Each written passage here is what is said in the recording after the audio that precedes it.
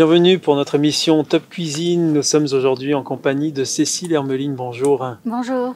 Bienvenue à cette émission. Vous êtes auteur du livre Gastronomie végétale qui est paru aux éditions Vie et Santé. Et aujourd'hui, c'est une entrée que vous nous proposez. Il s'agit d'une salade de cajou. Qu'est-ce qu'il y a à dire sur la noix de cajou, Cécile?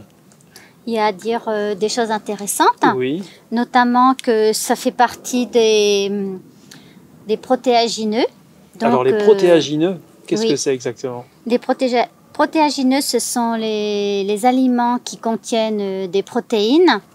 Donc la noix de cajou en fait partie, comme les amandes, les noisettes et puis aussi les noix en général. Alors, il y a les protéagineux et les oléagineux, à ne pas confondre donc. Hein. À ne pas confondre. Les oléagineux, vous pouvez en faire de l'huile. Par exemple, la graine de tournesol, la graine de sésame, qui sont des oléagineux.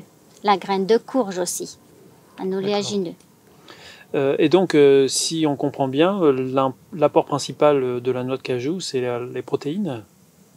Oui. D'accord. Et d'où est-ce qu'elle vient, cette noix de cajou? C'est surtout produit en Inde. D'accord.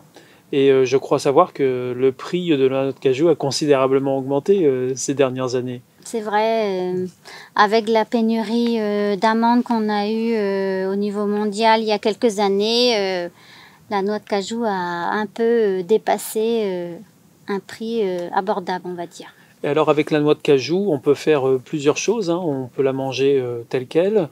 On peut l'associer à d'autres ingrédients. On peut aussi en faire un lait végétal. Vous savez faire ça, Cécile? Oui, absolument. C'est simple? Personnellement, je trouve que c'est simple. Après, il faut avoir un minimum de matériel, comme un blender.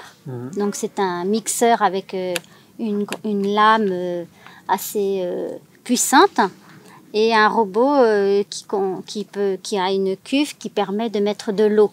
On ne peut pas faire ça dans un robot cutter, sinon la cuve ne permet pas de mettre de l'eau.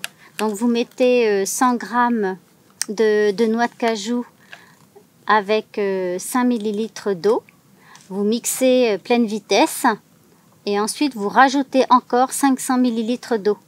Et là, vous remixez à pleine vitesse et il faut que ça soit bien homogénéisé, qu'il n'y ait pas du tout de grains dans le liquide. Et ça fait un lait végétal à la noix de cajou.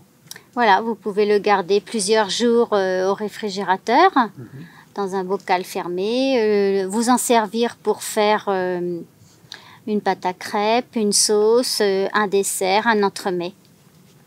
Et alors donc, pour en revenir à notre salade, la noix de cajou se marie aussi avec plusieurs ingrédients. Qu'est-ce que vous nous proposez dans cette salade, Cécile? Là, je ne vais pas du tout en faire un lait dans la recette. Oui. Je vais l'utiliser en fait grillé. Parce que la noix de cajou nature est bonne, bien sûr, mais grillée, ça rehausse encore sa saveur. Elle est vraiment... c'est très savoureux, de toute façon, les protéagineux grillés. Et toaster un petit peu légèrement au four, il faut surveiller. Au four, parce vous que faites ça au four? Oui, je préfère. Ouais. C'est plus homogène qu'à la poêle. Et après, il faut laisser refroidir, parce que sinon, si vous mélangez tout de suite, c'est un petit peu mou. Donc, il faut attendre qu'elle soit refroidie. Et là, on les mélange ensuite aux autres ingrédients de la recette. Alors, quels autres ingrédients vous utilisez dans cette recette? Alors, on a des pommes de terre, bien sûr, qui ont été cuites au préalable à la vapeur. On va avoir aussi des carottes râpées, de l'avocat, quelques condiments et à la fin de l'huile d'olive. Et donc, vous mélangez tout ça avec un assaisonnement? C'est aussi simple que ça? Oui. D'accord. Et dans quelle proportion les différents ingrédients? Alors, en majorité, ça va être les pommes de terre. Et puis, il y aura un avocat. Je crois que j'ai mis 100 g de carottes, c'est pas beaucoup. Un oignon blanc et puis un peu de jus de citron aussi. Et des herbes. Et là, on est sur un temps de préparation assez court. Le temps de préparation le plus long, ça va être celui de la cuisson des pommes de terre. Il faut à peu près 20 bonnes minutes pour les cuire à la vapeur, en robe des champs. Et c'est une recette qui convient à tous les régimes? Oui, absolument. Sans gluten, sans lactose? végétarien, végétalien? Il faudrait que je regarde, je vérifie.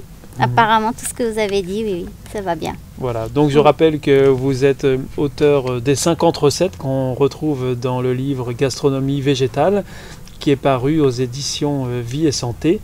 Donc Cécile Hermeline, merci beaucoup et à bientôt pour une prochaine chronique de Top Cuisine. Au revoir. Au revoir.